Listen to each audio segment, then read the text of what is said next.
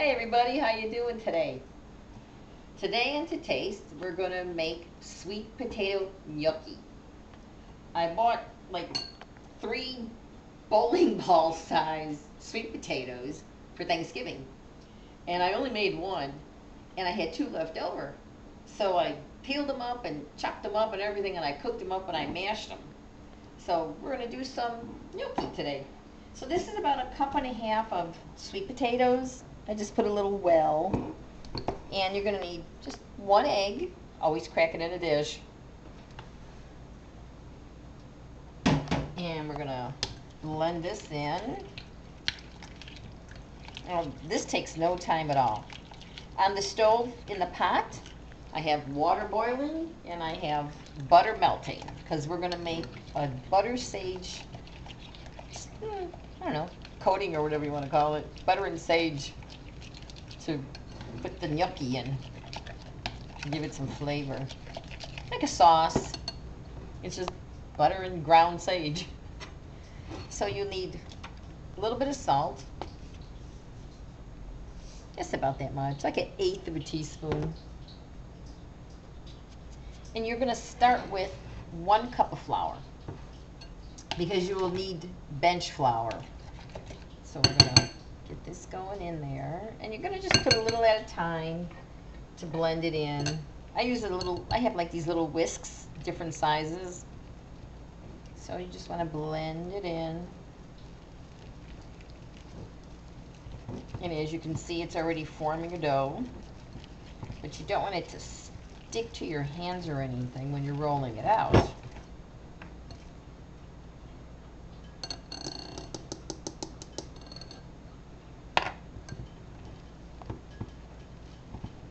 And then eventually you're going to have to go to using your hands.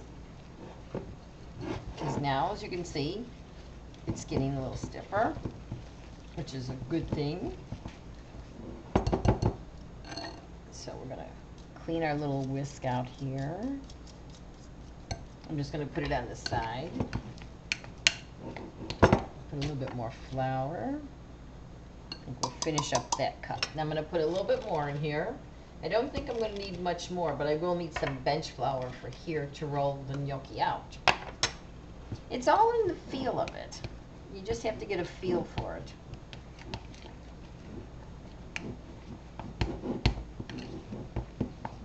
Now it's looking good. It starts to clean the bowl. I hear my butter getting hot over there.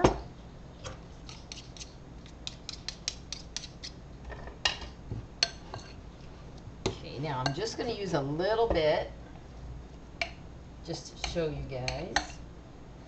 Put this over here. I'm going to lower the heat on my butter. We're going to put it on the side because we don't want our butter to burn. I'm just going to sprinkle a little bit at a time, and then you knead it in.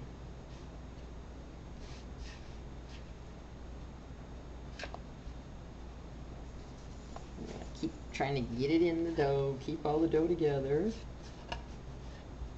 Peel it off the board.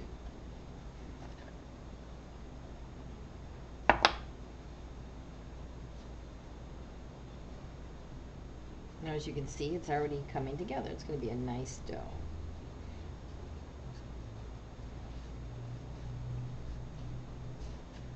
And I think we can roll it already.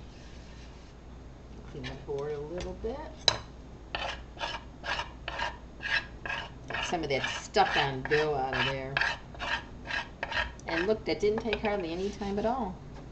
A little bit more flour. And then you want to roll it out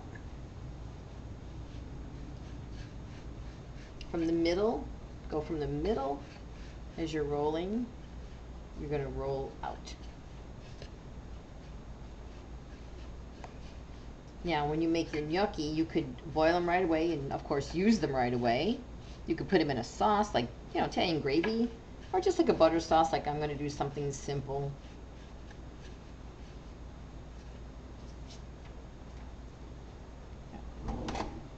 my little knife, my little fork. Excuse me, I need to get a dish. Sorry about that, my dear.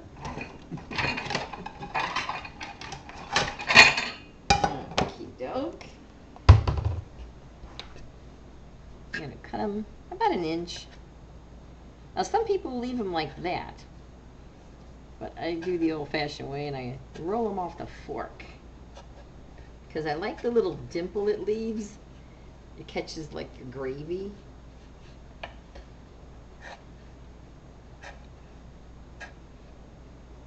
We're going to put a little bit of salt in our water.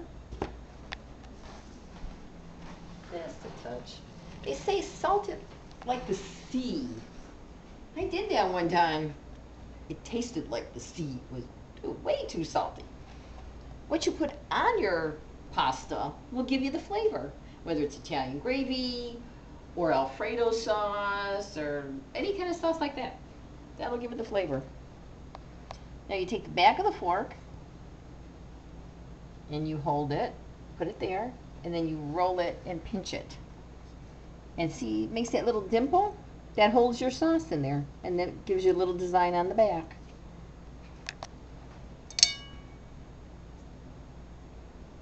It doesn't have to be perfect. They even have like little boards with these little ridges that you could buy like in the Italian stores or gourmet stores or specialty stores. And I've seen people using those, but I just use the fork. Now you don't want to, when you put them in the water, you don't want to overcrowd them, because then you're going to end up with like mashed sweet potatoes. So you do a little bit at a time. Oh, gotta get my sage. Almost forgot. Can't make sage. Oh, I did put it up. Where did I go with the sage? Oh, there we go. Can't forget the sage. We'll have sage butter sauce then. Very slowly. And it's already browned, which is what we want. We want a brown butter. And I'm just going to sprinkle a little bit. This is to your taste. Our water is going. We get our gnocchi.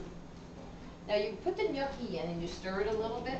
As soon as it comes to the top, leave it in for just a few more seconds and then spoon it out, because as soon as it rises, it's ready.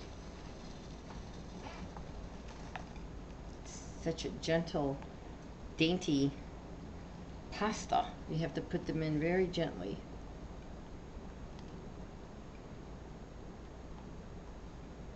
And they'll swell too. They'll get a little bigger. I'll put one more. I got a few there. And what I did here, I got some paper towel just to drain off that excess water before I put it into the butter, because we don't want the butter to splatter on us. Although it might anyway, because any type of moisture in butter will splatter. Now as you can see, they're starting to come to the top. They're starting to rise on their own. And they got a little, they swelled up a little bit. A few more. Sometimes you got to stir it just a touch. Now if you leave them just a few more seconds, they'll be perfect.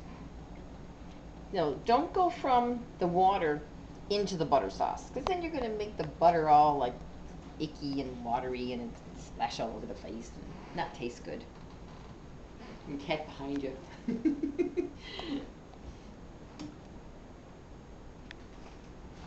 Now what you can do is you can make your gnocchi. You could freeze them when they're like this. Don't cook them and freeze them.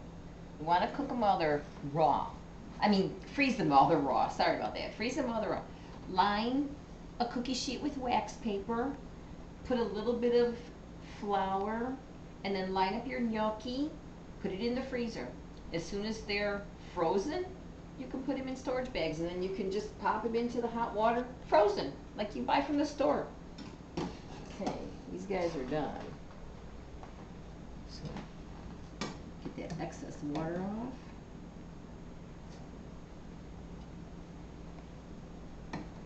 They look pretty. Such a pretty color. Just roll them around a little bit. Okay, I think I got most of the excess off. Put them back on the spoon and to the butter. Hot enough? Yeah, it should be okay. Oh, a little sizzle there. And you can put Parmesan cheese on them if you like too. Now you could fry these just until they're light in color. I like mine a little golden. We're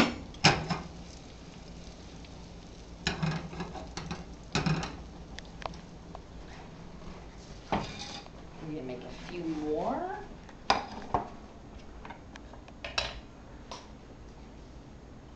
Dip my fingers here because we got a little wet.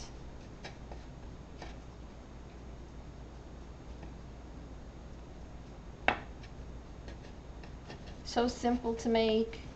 You could even do this with regular mashed potatoes. It doesn't have to be sweet potatoes.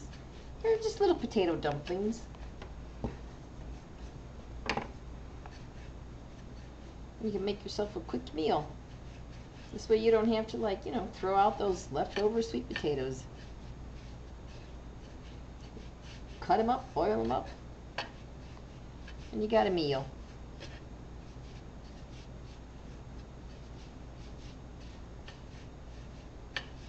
And you want to gently just push the dough. Don't press down because it's just going to go into the board. You just want to gently work it.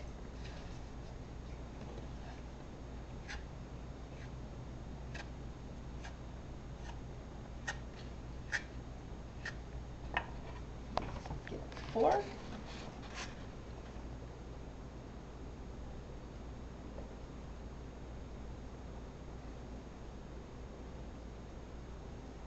That's what the nonas used to do. All the little Italian ladies. Okay, I think I can flip the buttered ones.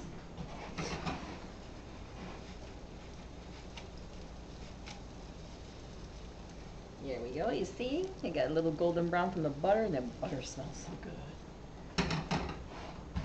Nothing smells better than butter except maybe bacon. So we're going to drop these guys in the water.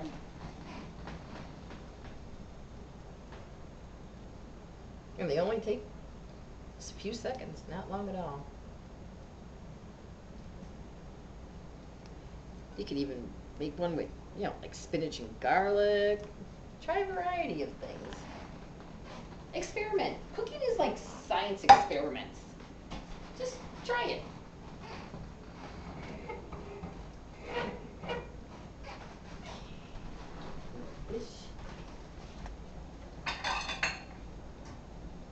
Our buttered ones are looking done here.